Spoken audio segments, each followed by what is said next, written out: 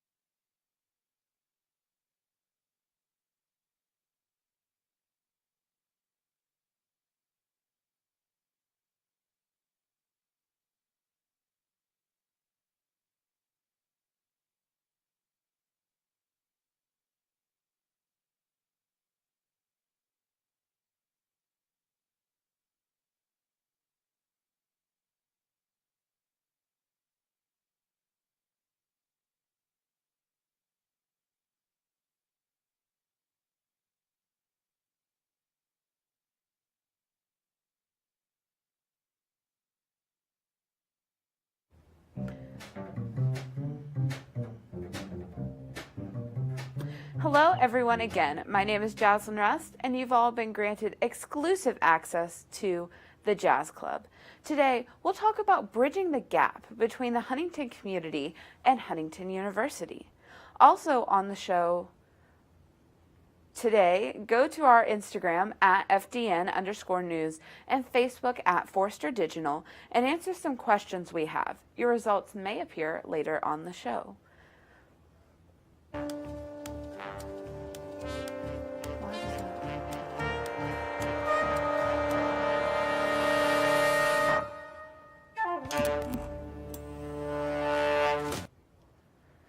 Today, joining me in the club is Dr. Nori Friesen, the director of the Friesen Center for Volunteer Services. Thank you so much for joining me today in the club. Well, thank you for inviting me. Absolutely. So, kind of in a nutshell, tell me a little bit about what the Friesen Center does and what it is. The Friesen Center is a clearinghouse, if you will, of volunteer opportunities for students. We seek to try to find opportunities that students would like to be involved in the community and to match some of their talents and abilities to some of the needs in our community. Wow. So what kind of fuels your passion for this kind of service and for the community of Huntington? Well, I think as a Christian, it's part of my DNA, or it should be part of my DNA. I think it was St. Francis of Assisi who said, "Preach the gospel at all times, and if necessary, use words." So I think our actions are really important, and we really communicate a lot by how we care for others, and we bring the gospel front and center, so to speak, and we become the hands and feet.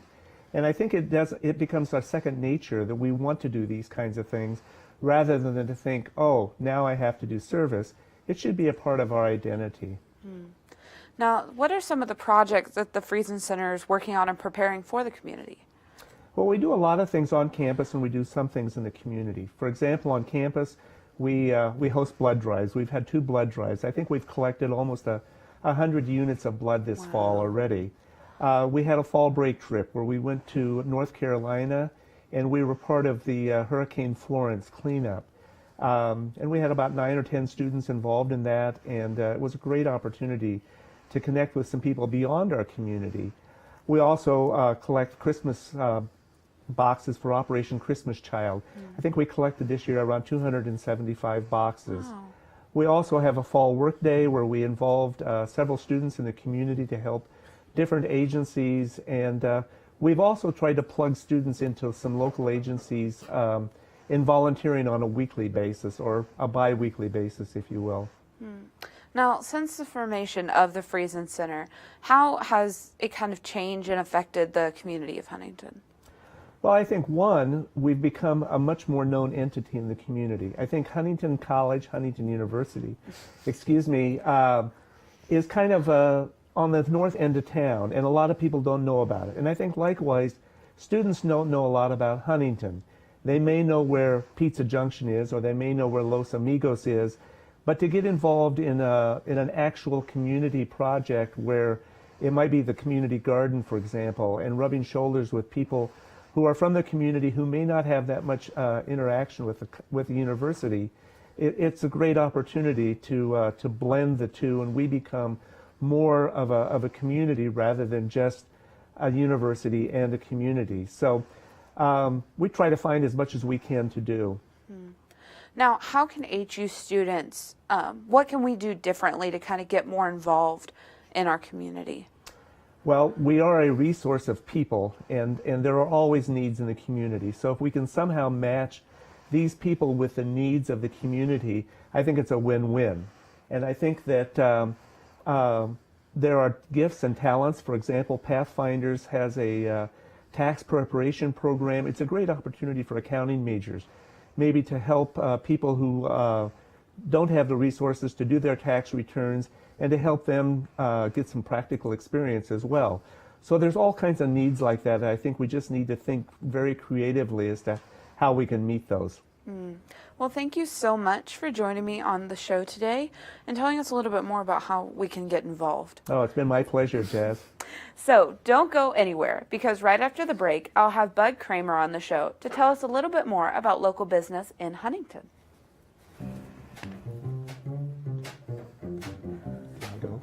Yeah.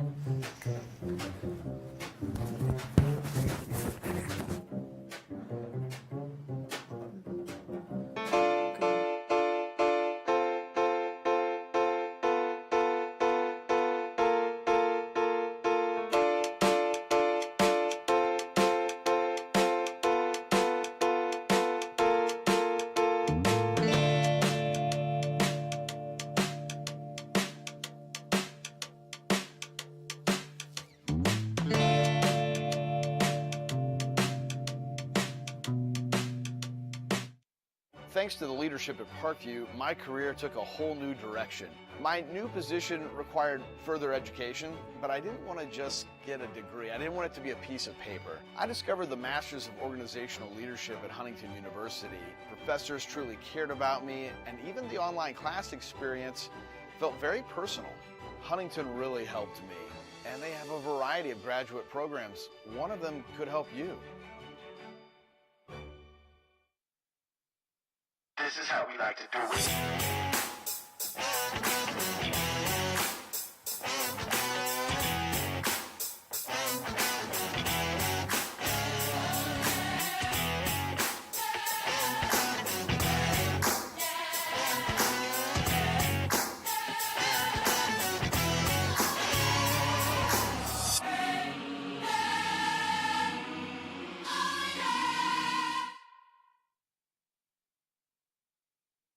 Why are we running into Chris?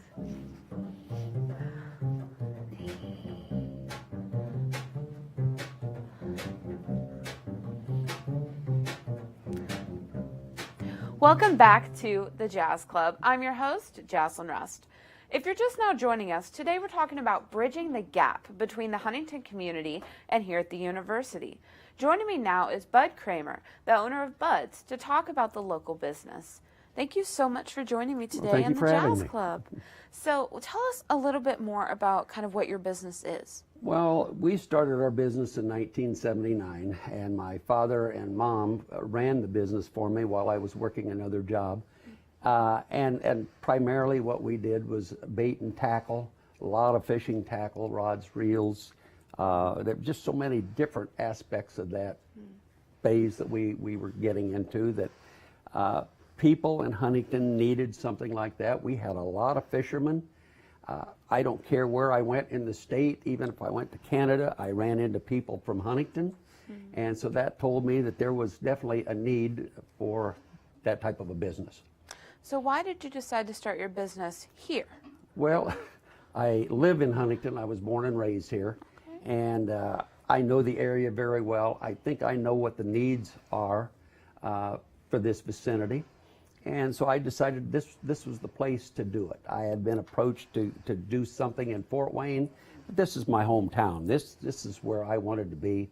This is what I wanted to do. Now, how can HU students kind of get local and help local businesses like yourself? Well, businesses are begging for help.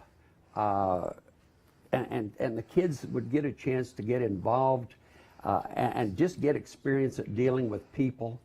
I know there's the animal shelter could use help out there, and I think the kids would enjoy working with the animals. The reservoir headquarters, Roush Lake, they can always use help out there, and whether or not it's just voluntary help or maybe they've got programs out there that they can implement, I think it would be very beneficial to the kids. Now, during our show, a poll has been open on our social media pages asking if HU students think they could make a living in Huntington. And 67% on Instagram with a few votes say no. And with a few votes on Facebook, 100% of people say no. As a business owner, what kind of qualities or skills do HU students need to kind of succeed in this community? Well, there's an awful lot of things that you have to do to succeed in business. And Huntington is getting really tough to work in. So you've got to be able to do an awful lot of different things to make that business work. Well, thank you so much for taking time to talk with me today. And thank you so much for letting us know kind of how we can be a help. Well, thank you very much. Glad to do it. Should I zoom out? There's no...